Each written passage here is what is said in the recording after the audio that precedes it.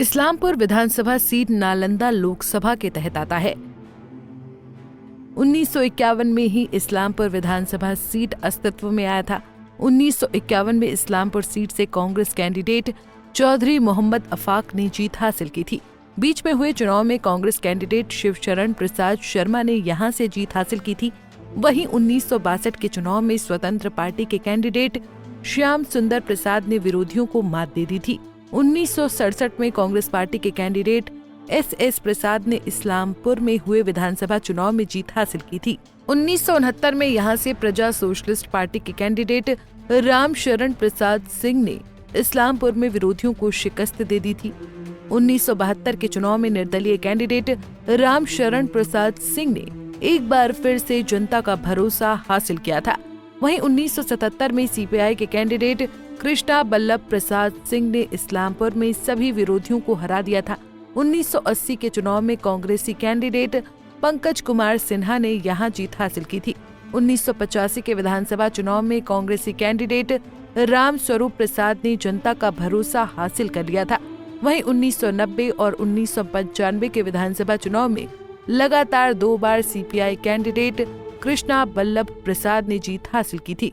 2000 के चुनाव में इस्लामपुर सीट से समता पार्टी के कैंडिडेट राम स्वरूप प्रसाद ने सभी विरोधियों को करारी शिकस्त दे दी थी। वहीं 2005 के चुनाव में जेडीयू की टिकट पर प्रतिमा सिन्हा ने जीत हासिल कर लिया था। 2010 के चुनाव में जेडीयू के ही टिकट पर राजीव रंजन ने विरोधियों को करारी शिकस्त दे दी थी। वहीं 2015 के चुनाव में भी जेडीयू के कैंडिडेट चंद्रसेन प्रसाद ने जनता का समर्थन हासिल करने में कामयाबी हासिल की थी। लेकिन 2020 के चुनाव में आरजेडी कैंडिडेट राकेश कुमार रोशन ने बाजी पलट दी थी। 2020 के चुनाव में इस्लामपुर सीट पर आरजेडी कैंडिडेट राकेश कुमार रोशन ने जीत हासिल की थी। राकेश कुमार रोशन को 68,088 वोट मिले थे, तो जेडीयू कैंडिडेट चंद्रसेन प्रसाद 64,390 वोट लाकर दूसरे स्थान पर रहे थे। इस तरह से राकेश कुमार रोशन ने चंद्रसेन प्रसाद को 3,698 वोट के अंतर से हरा दिया था।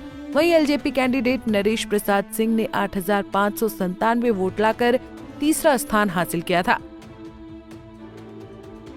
वहीं 2015 के विधानसभा चुनाव में इस्लामपुर सीट से जेडीयू उम्मीदवार चंद्रसेन प्रसाद ने जीत हासिल की थी। चंद्रसेन प्रसाद को 66,587 वोट मिला था, तो वहीं बीजेपी कैंडिडेट बीरेंद्र गोप को 43,985 वोट ही मिल पाए थे। इस तरह से रवि चंद्रसेन प्रसाद ने बीरेंद्र गोप को 22,602 वोट के बड़े अंतर से हरा दिया था। वहीं समाजवादी पार्टी के कैंडिडेट धर्मेंद्र कुमार 4,898 वोट लाकर तीसरे स्थान पर रहे थे।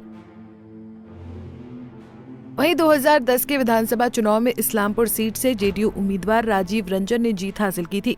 राजीव रंजन को 56,332 वोट मिले थे, तो आरजेडी कैंडिडेट वीरेंद्र गोप ने 32,524 वोट हासिल किया था। इस तरह से राजीव रंजन ने वीरेंद्र गोप को 23,808 वोट के बड़े अंतर से हरा दिया था। वहीं सीपीआई कैंडिडेट राकेश कुमार रोशन 8,369 वोट लाकर तीसरे स्थान पर रहे थे। वहीं 2005 के विधानसभा चुनाव में इस्लामपुर सीट से जेडीयू कैंडिडेट राम स्वरूप प्रसाद ने जीत हासिल की थी। राम स्वरूप प्रसाद को 46,510 वोट मिले थे, तो सीपीआई कैंडिडेट राकेश कुमार रोशन को 27,412 वोट ही मिल पाया था। इस तरह से राम स्वरूप प्रसाद ने राकेश कुमार रोशन को 19,098 वोट से हरा दिया था।